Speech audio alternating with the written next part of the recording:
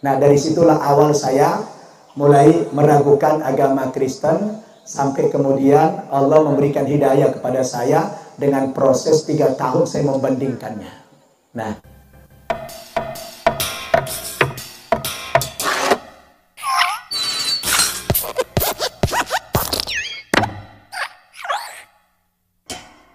Shalom saudaraku, bertemu kembali dengan saya di Risans Channel dan saya harap saudara semua dalam keadaan yang baik. Di video kali ini kita akan membahas mengenai seorang Ustadz Mu'alaf yang sebelumnya beliau bernama Bernard Nababan, tetapi ketika dia mu'alaf, akhirnya dia berganti nama menjadi Ustadz Samsul Arifin Nababan. Kenapa saya membuat judul video seperti ini? Karena saya merasa ada sesuatu yang janggal ketika saya melihat beberapa kesaksian daripada video-video Ustadz Nababan ini. Dan mengenai apakah Ustadz ini memang seorang pembohong atau bukan, nanti saudara-saudara sendiri yang akan menyimpulkan. Saya sudah mengumpulkan beberapa video kesaksian Ustadz Nababan yang berubah-ubah isi daripada kesaksiannya. Mari kita simak bersama-sama. kenapa saya masuk Islam? Ini panjang ceritanya. Tapi inti saja, saya tidak pernah sebenarnya bercita-cita, berkeinginan, bahkan mimpi pun tidak pernah saya. Kalau kemudian saya ini menjadi seorang muslim kemudian hari. Tidak pernah mimpi saya. Karena saya didoktrin dari kecil itu menjadi penganut Kristen yang taat. Dan saya sudah dikader menjadi tokoh. Awal mula saya bersentuhan dengan Islam ini adalah ketika saya dulu pernah mendengarkan ceramah di gereja oleh seorang mubaligh Kristen, penceramah Kristen, yang kebetulan latar belakang pendeta itu dulunya seorang ustadz katanya. Ya, seorang ustadz. Pernah dengar namanya Yusuf Roni? Hah? Pernah dengar? Itu orang Palembang yang murtad. Dan dulu ada lagi namanya Hamran Amri. Nah, pendeta ini dulunya muslim, dia murtad. Ada hal yang unik dari ceramah dia. Beda dengan pendeta-pendeta pada umumnya. Kalau dia ceramah, selalu mengutip ayat-ayat Al-Quran dan hadis Nabi. Nah, saya sebagai orang Kristen saat itu kan merasa heran dan menganggap ini orang paten. Ya, saya kan tidak tahu bahasa Arab, tidak tahu isi Quran, dibaca Quran, wah hebat kan gitu. Nah, dari situ saya mulailah bersinggungan dengan Islam ini. Kebetulan dia bagi-bagi majalah, dulu namanya majalah Sinar Kasih.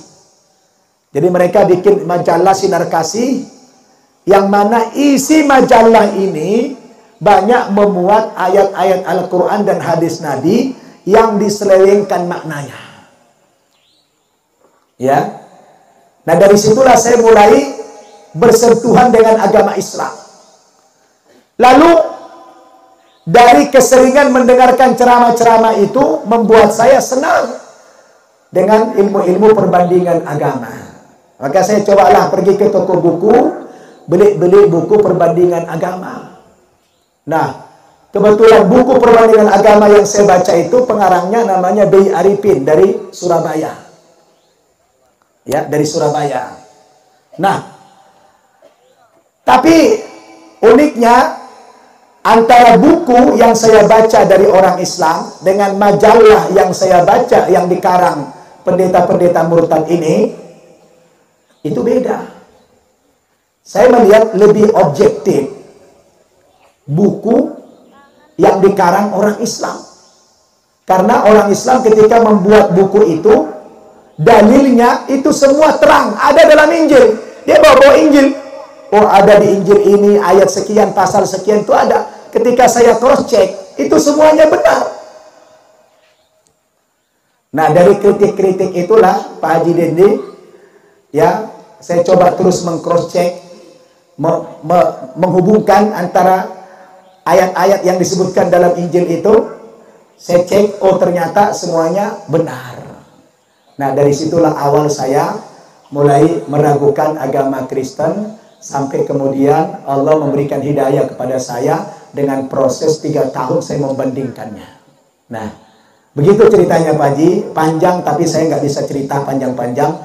Yang intinya saja adalah dari belajar perbandingan agama itulah, ya, meragukan iman saya kepada Kristen, akhirnya Allah berikan saya petunjuk.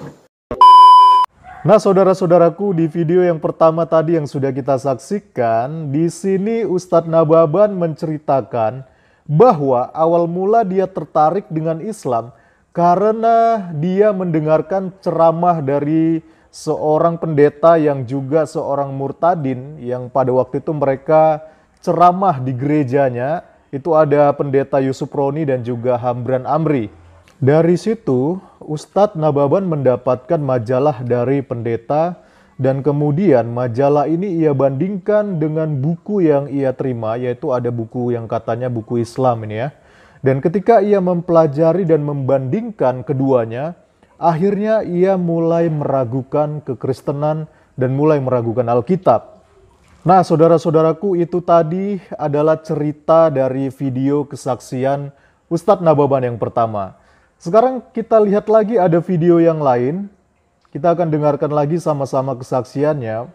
Dan maka saudara nanti akan heran, ternyata di sini di video ini berbeda lagi kesaksiannya. Mari langsung aja kita simak videonya. Pendidikan terakhir saya di Kristen SMA, tetapi pernah sebentar masuk ke Sekolah Tinggi Teologi HKBP Nomensen. Sayang karena ayah saya itu meninggal dunia tahun 86, sehingga kejiwaan saya waktu itu terganggu karena saya sangat disayang oleh ayah. Karena di antara anak-anak, beliau itu saya yang paling dekat kepada orang tua dan sangat menjiwai agama Kristen itu. Bapak Ibu, apa alasan saya yang paling prinsip? Kenapa meninggalkan agama nenek moyang saya? Yang sangat saya yakini kebenarannya waktu itu.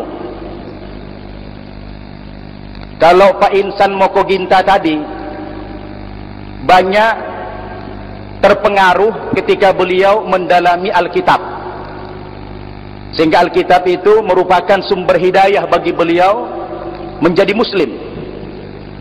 Kalau saya sebaliknya, ayah saya itu kan dulu punya Al-Quran terjemahan Departemen Agama. Kalau Al-Quran Departemen Agama itu beda dengan Al-Quran dari Arab. Kalau dari Arab kan dari kanan ke kiri. Kalau yang Departemen Agama dari kiri ke kanan.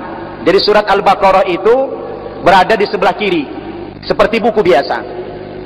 Kebetulan Al-Quran yang ditinggalkan ayah itu Al-Quran Departemen Agama, dari kiri ke kanan. Lalu Al-Quran yang terjemahan Departemen Agama itu saya baca, sangat berhati-hati apa sebenarnya kandungan daripada Al-Quran itu. Bapak Ibu, ketika saya buka awal-awal Al-Quran dari sebelah kiri, tentunya surat Al-Baqarah itu, saya di awal surat Al-Baqarah saja sudah dikejutkan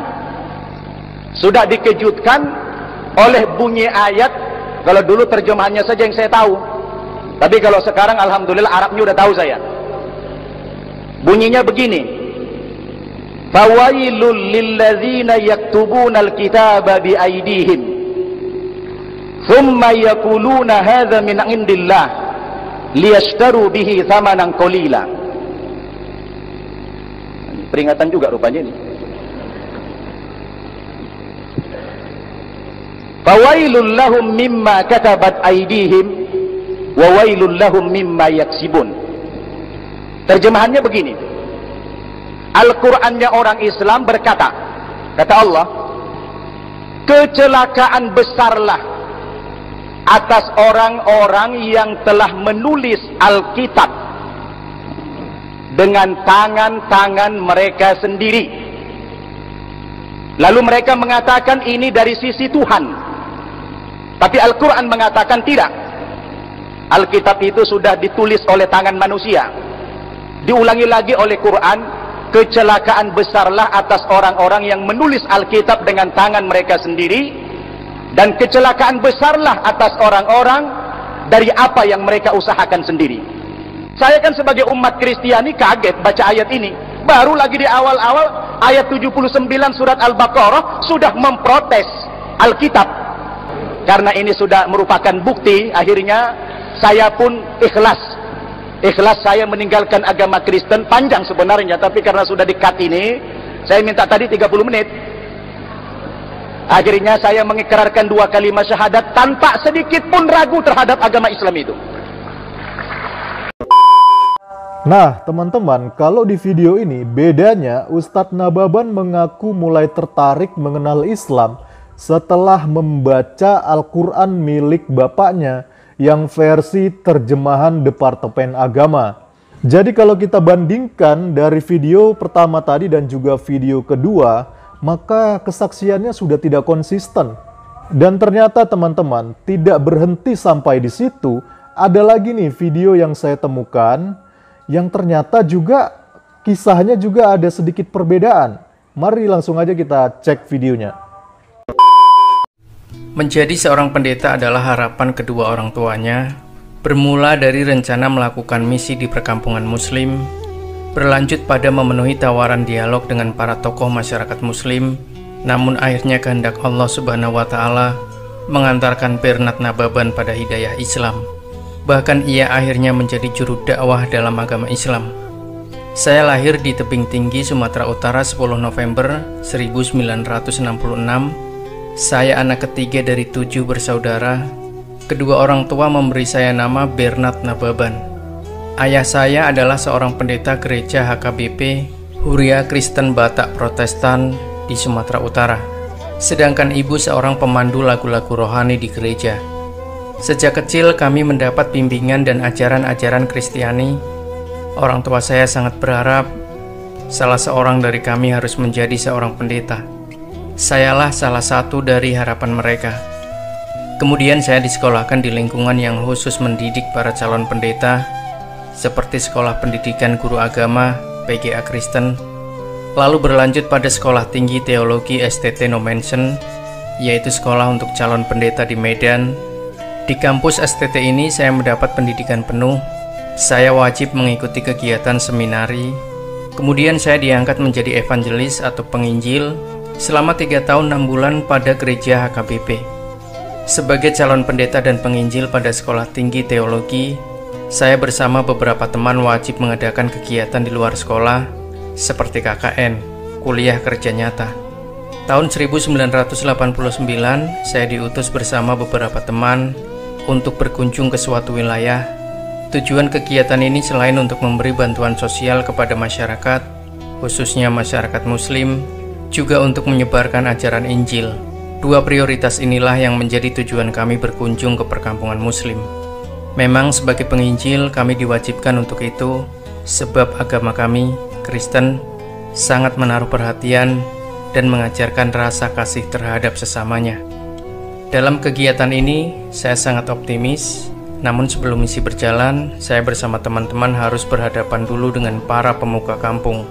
Mereka menanyakan maksud kedatangan kami. Kami menjawab dengan terus terang.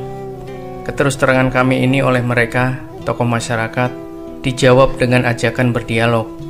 Kami diajak ke rumah tokoh masyarakat itu. Di sana kami mulai berdialog seputar kegiatan tersebut.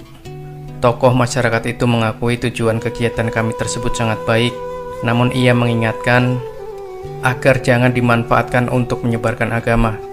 Mereka pada prinsipnya siap dibantu, tapi tidak untuk pindah agama. Agama Kristen masih menurut tokoh masyarakat itu hanya diutus untuk Bani Israel atau orang Israel, bukan untuk warga di sini. Kami hanya diam, Akhirnya tokoh masyarakat itu mulai membuka beberapa kitab suci agama yang kami miliki dari berbagai versi. Satu persatu kelemahan Alkitab ia uraikan. Ia juga membahas buku dialog Islam Kristen antara Kiai Haji Baharudin Mudhori di Madura dengan seorang pendeta. Dialog antara kami dan tokoh masyarakat tersebut kemudian terhenti setelah terdengar adzan maghrib. Kemudian kami kembali ke asrama sebelum kegiatan itu berlangsung sukses. Dialog dengan tokoh masyarakat tersebut terus membekas dalam pikiran saya. Lalu saya pun membaca buku dialog Islam Kristen tersebut sampai 12 kali ulang. Lama-kelamaan buku itu mempengaruhi pikiran saya. Saya mulai jarang praktek mengajar selama 3 hari berturut-turut. Akhirnya saya ditegur oleh pendeta. Pendeta itu rupanya tahu saya berdialog dengan seseorang yang mengerti Alkitab. Masa kamu kalah sama orang yang hanya tahu kelemahan Alkitab? Padahal kamu telah belajar selama 3,5 tahun, dan kamu juga pernah mengikuti kuliah seminari, katanya dengan nada menantang dan sinis. Sejak peristiwa itu, saya jadi banyak merenungkan kelemahan-kelemahan Alkitab. Benar juga apa yang dikatakan oleh tokoh masyarakat itu tentang kelemahan kitab suci umat Kristiani ini. Akhirnya saya putuskan untuk berhenti menjadi calon pendeta. Saya harus meninggalkan asrama, dan pada tengah malam, dengan tekad yang bulat, saya lari meninggalkan asrama. Saya tak tahu harus kemana. Jika pulang ke rumah, pasti saya disuruh balik ke asrama dan tentu akan diinterogasi panjang lebar. Kemudian saya pergi naik kendaraan, entah kemana. Dalam pelarian itu saya berkenalan dengan seorang muslim yang berasal dari Pulau Jawa. Saya terangkan kepergian saya dan posisi saya yang dalam bahaya. Oleh orang itu saya dibawa ke kota Jember, Jawa Timur. Nah teman-teman, kalau kita tadi sudah menyimak video yang ketiga ini ya, maka kita akan bisa menemukan perbedaan antara dari video yang pertama dan juga video yang kedua tadi. Yaitu kalau di video yang ketiga ini Ustadz Nababan mengaku mulai tertarik dengan Islam ketika ia menjalankan KKN, kuliah kerja nyata dari STT Nomensen ya. Nah, dari KKN ini dia ditempatkan di suatu daerah dan di daerah itu dia bersama dengan teman-temannya menjumpai seorang tokoh masyarakat setempat. Dan ketika dia berdialog dengan tokoh masyarakat setempat tersebut, ternyata terjadilah dialog antar agama yang dimana akhirnya Ustadz Nababan ini mulai meragukan kekristenan, mulai meragukan Alkitab yang dia pelajari selama ini. Nah teman-teman, akhirnya ketika Ustadz Nababan mulai meragukan Alkitabnya sendiri, dia pun mengambil keputusan untuk meninggalkan asrama STT HKBP Nomensen, di mana akhirnya dia melarikan diri dan meninggalkan pendidikannya sehingga tidak selesai di HKBP Nomensen. Nah, jadi dari ketiga video ini semua kesaksiannya sudah berbeda-beda. Saya nggak tahu mana yang benar ya. Tapi semuanya ini memang berdasarkan dari kesaksian yang dikeluarkan atau diucapkan dari Ustadz Nababan sendiri. Anehnya bukan hanya sampai di situ saja teman-teman. Karena di dalam video-video ceramah ustadz-ustadz yang berkembang di dalam YouTube, itu ada beberapa video-videonya yang dibuat dengan judul bahwa ustadz ini merupakan mantan pendeta dan juga mantan misionaris. Saya heran dan juga bingung, kok bisa jadi mantan pendeta, jadi mantan misionaris, sementara kuliah di STT HKBP aja nggak selesai. Nah saudaraku, itulah tadi 3 video kesaksian dari Ustadz Nababan yang berbeda-beda. Sekarang, mari kita ambil kesimpulan dari ketiga kesaksian video tersebut dan silakan saudara-saudara yang menjawab dan menilai sendiri. Saya akan buat dalam bentuk pilihan berganda. Silakan saudara yang menjawab di kolom komentar. Untuk pilihan berganda yang pertama, bagian A, Ustadz Nababan mu'alaf karena bermula dari mendengarkan ceramah pendeta Yusuf Roni dan juga Hamran Amri di gereja. Lalu pilihan berganda yang kedua, bagian B, Ustadz Nababan mu'alaf karena berawal dari membaca Al-Quran versi terjemahan Departemen Agama milik bapaknya. Lalu, pilihan berganda yang ketiga, bagian C, Ustadz Nababan mu'alaf berawal dari dialog dengan tokoh masyarakat setempat pada waktu menjalani KKN dari STT HKBP Nomensen. Dan pilihan yang terakhir yaitu bagian D, Ustadz Nababan ini adalah seorang pembohong. Nah, sekarang silakan saudara sendiri yang menjawab dan menilai, menentukan pilihan di kolom komentar. Silakan tuliskan jawaban saudara-saudara. Silakan saudara-saudara sendiri yang mengambil kesimpulan dari ketiga video yang sudah saya paparkan tadi. Nanti bagi jawaban saudara-saudara yang benar dan memang terbukti ada bukti-buktinya, nanti saya berikan giveaway bagi saudara-saudara ya. Giveaway-nya nanti bagi yang bisa membuktikan jawaban yang benar dapat odading Mang Oleh nanti. Odading Mang Oleh.